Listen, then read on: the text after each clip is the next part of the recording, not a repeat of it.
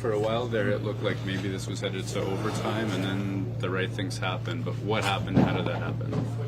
A great bounce off the boards. Kind of saw it coming out right into the middle and tried to get my stick on it, and saw the forward bite down on me, and Smokey came in a pretty good position.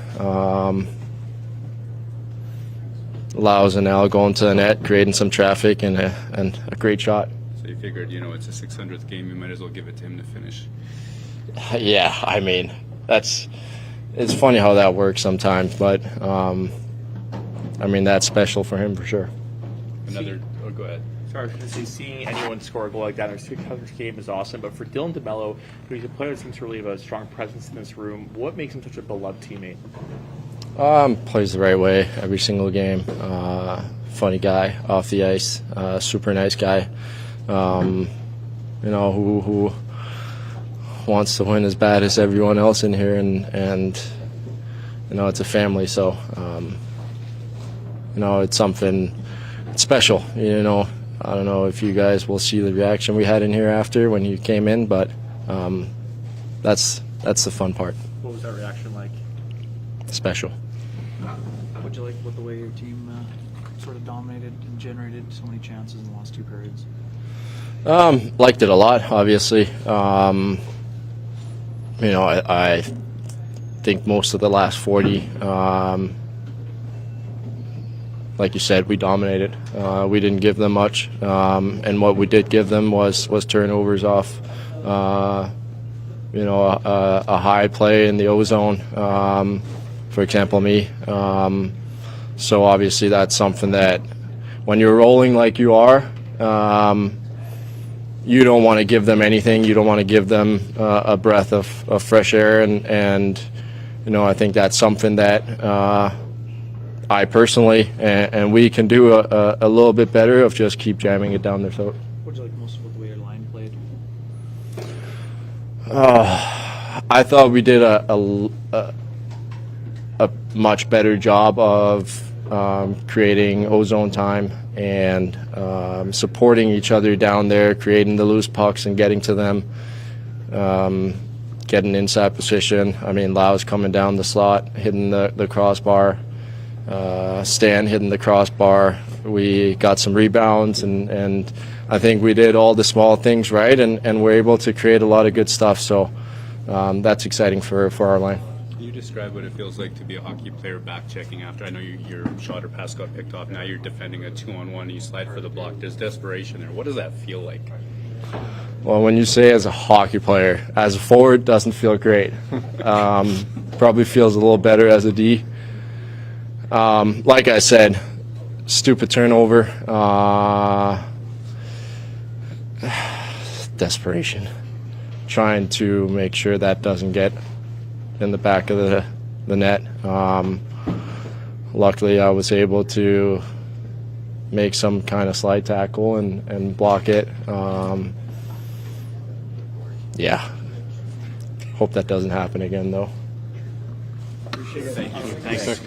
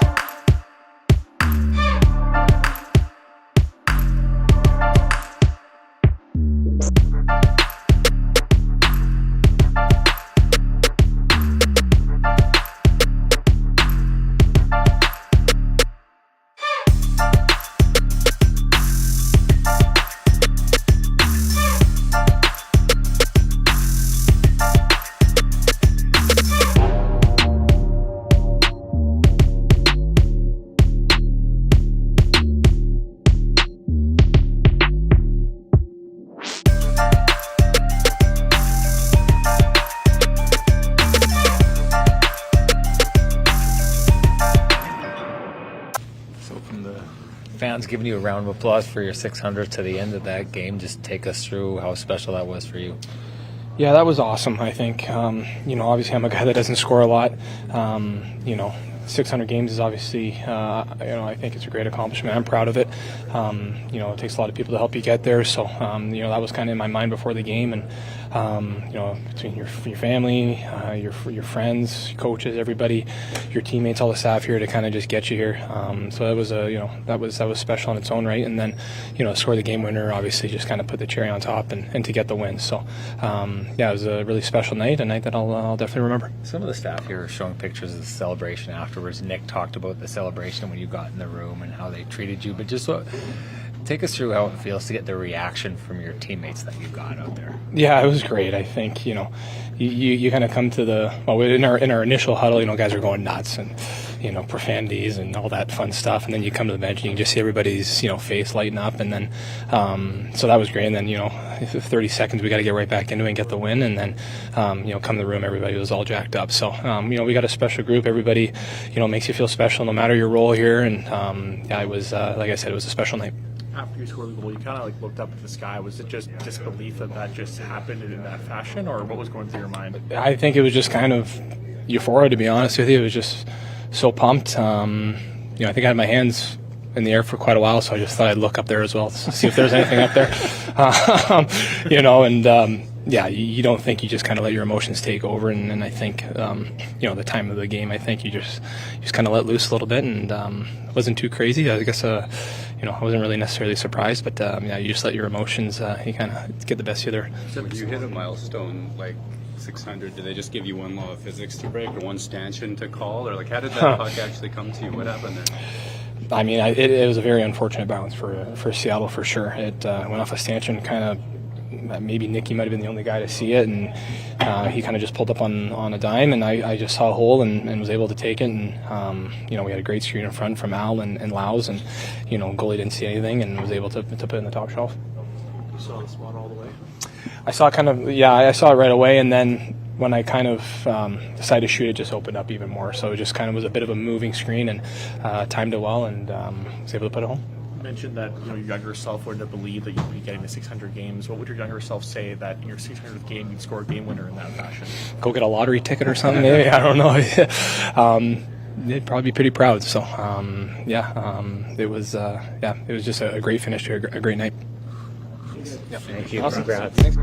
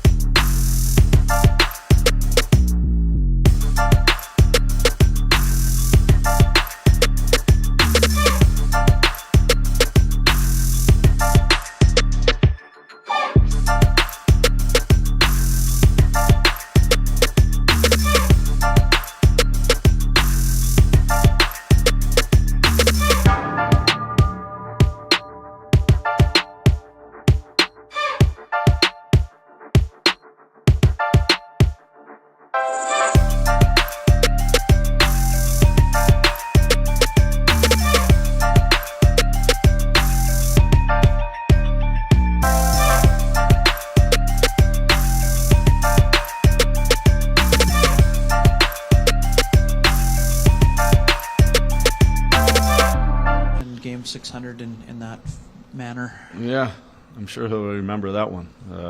That's awesome. Just a big game like that and to finish it like that, top shelf. It's nice to see. Would you like most of the way that your team played in the last 2 periods, where the shots were very heavily tilted along with the zone time? I liked how we played the last 2 periods, and not so much the first. Where we had talked about being better with our starts and coming out of the gate. Although, we give credit to Seattle too. They came hard, and we gave up some. I think we gave up 4 odd man rushes. A little bit repeating what happened in their building. Even though we talked about it, that they were going to their D were joining, they're going to be in the rush. But we settled down, and then, like you mentioned, we took over the second, and it carried right into the third.